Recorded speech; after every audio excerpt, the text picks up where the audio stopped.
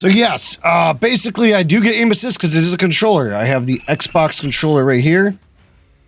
So this right here is the Xbox controller. Xbox controller is wired up to here. These are all the Xbox controller buttons. That's keyboard buttons. The joystick here is connected to there. That joystick is connected to that joystick. And that joystick is actually a Holo Effect joystick. I've actually upgraded the joystick on this.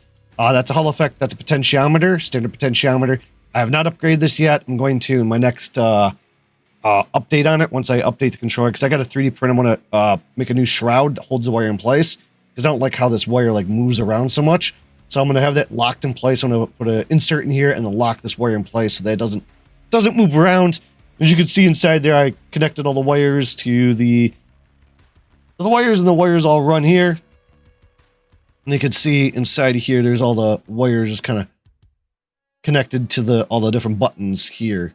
So yes, I get aim assist because it is a controller. And most of you probably didn't know you can use a keyboard connection. So you got fire. I'm gonna go to firing range real quick here. Let me show you what I'm talking about. So here's a keyboard.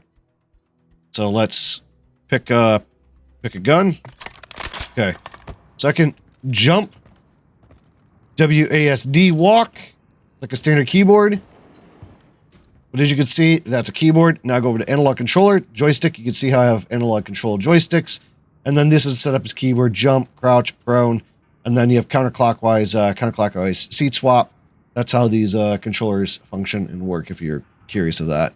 And then that's fire ADS, which is really interesting. You can use a mouse, but the mouse doesn't move. But I can fire and I can ADS because it's considered a button input. It just deactivates the mouse, and you're not allowed to use the mouse while you're set up using controller, but you're allowed to use other inputs. That is on any system, PlayStation, that's Xbox. Doesn't matter what it is, you can use the exact same setup. And let me just fix my freaking screen because I am upside down and this is really annoying.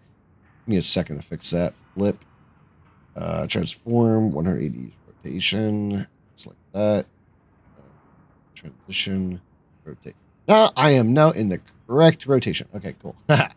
That's basically how the Azeron controller setup functions.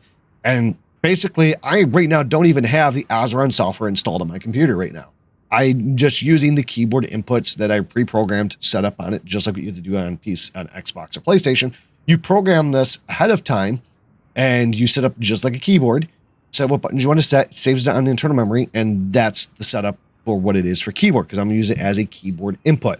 I recently just redid my computer because I switched from the Intel i9 14900K to the Ryzen 9 79, I think it's 7950X 3D is what I upgraded to, because I was having constant crashing on the Intel processor with dev errors. It was just a complete mess. I had that microcode issue, so it's causing a major issue with my computer crashing. So I just updated. I haven't even installed all the programs yet. I'm still going to install my Oculus Rift program and Oculus Quest, because I do a lot of Oculus stuff too, where I do 3D modeling and stuff in virtual reality too. So I like to model the designs and things like that. So like certain things like this piece right here, I kind of quickly threw it together in Tinkercad, and then threw this piece into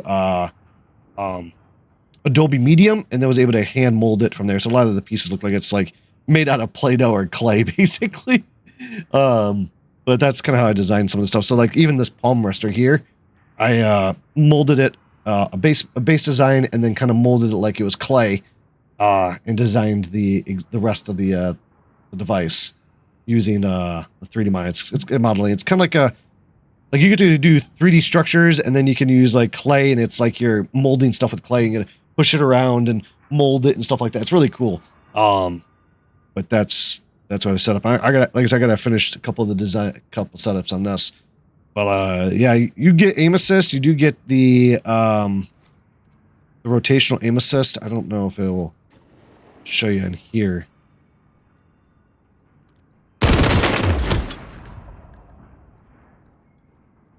I don't know if you get aim assist. Do you get aim assist on?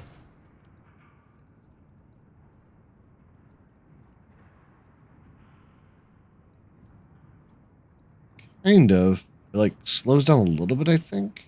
I don't know, maybe I'm just tripping. I don't know.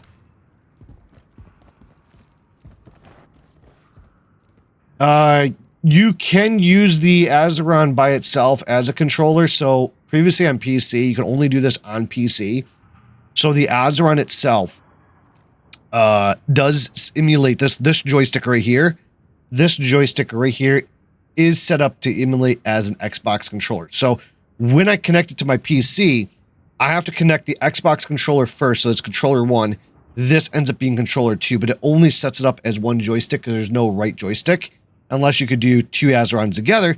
But unfortunately, it's set up as 2 individual controllers. So it'd be controller 1, controller 2, and controller 3, which is not cool. And I wish the Azeron software would do controller 1 and controller 1 as merged into one controller. So 2 joysticks together would be that setup. So the only way for this to properly work, to get analog control set up here and analog control set up on the Xbox controller, you have to split the joysticks and remove them onto 2 separate devices. That's basically what I did.